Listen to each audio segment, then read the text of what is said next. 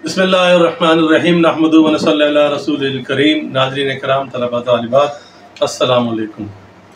सिलसिला वही 12वीं जमात की नई उर्दू की किताब कराची बोर्ड की, उसका हम पर्चा हल कर रहे हैं।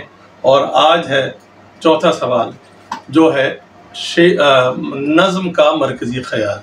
तो नज़्म के मरकज़ी ख़याल के लिए इस किताब में जो बोर्ड ने नज़्में मुख्तस की हैं वो 5 हैं, और उसके मुताबिक हज़रत फ़ातिमा-तुज़-ज़हरा रज़ियल्लाहु ताला अन्हा की रुख़सती, चाँद और तारे, बदली का चाँद, कतबा कौन लिखेगा, और 2 बहरे शनासाओं की मुलाकात। ये 5 नज़में हैं जिनमें से मरकज़ी ख़याल पूछा जा सकता है।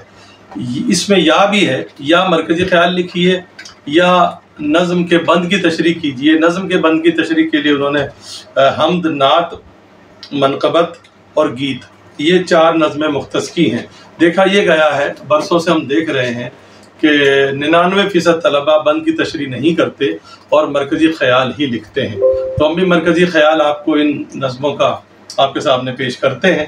पहली नज़म है हज़रत फ़ातिमा-तुज़-ज़हरा रज़ियल्लाहु ताला अन्हा की रुख़सती।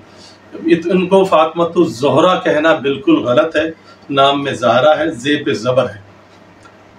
2 नंबर है मुसन्निफ़ के तारुफ़ के, और 8 नंबर है मरकज़ी ख़याल के। मुसन्निफ़ का तारुफ़, ये नज़म हफ़ीज़ जालंधरी ने लिखी है।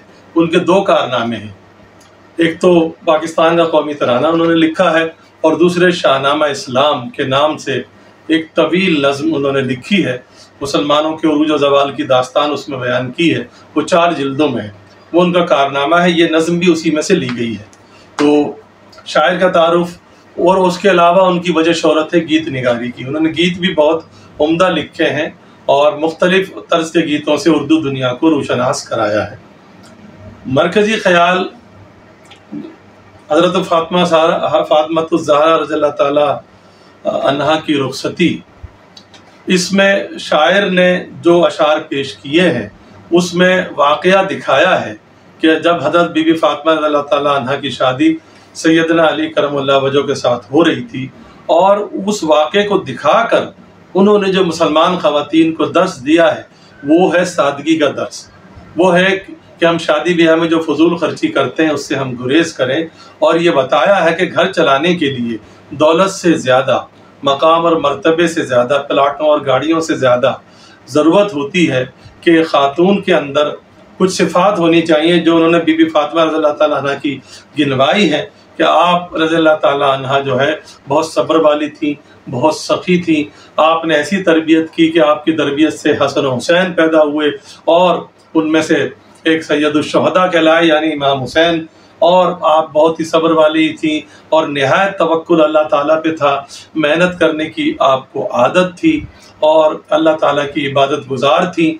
और हालांकि आप सरकार दो आलम सरवर कायनात सल्लल्लाहु अलैहि वसल्लम की लाडली साहबजादी थी, आप चाहते तो उनको बहुत कुछ दे सकते थे, लेकिन आपने उनको बहुत ही मुख्तसर जहेज़ दिया।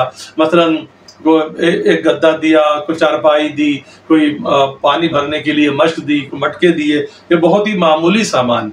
लेकिन जो असल चीज़ जो दी वो है तरबियत, जिससे घर चलता है, जिससे घर संवरता है, जिससे घर बनता है। ये तरबियत आप सल्लल्लाहु अलैहि वसल्लम ने अपनी बेटी को ऐसी दी जो क़यामत तक के लिए तमाम मुसलमान ख़वातीन के लिए मशअल राह है।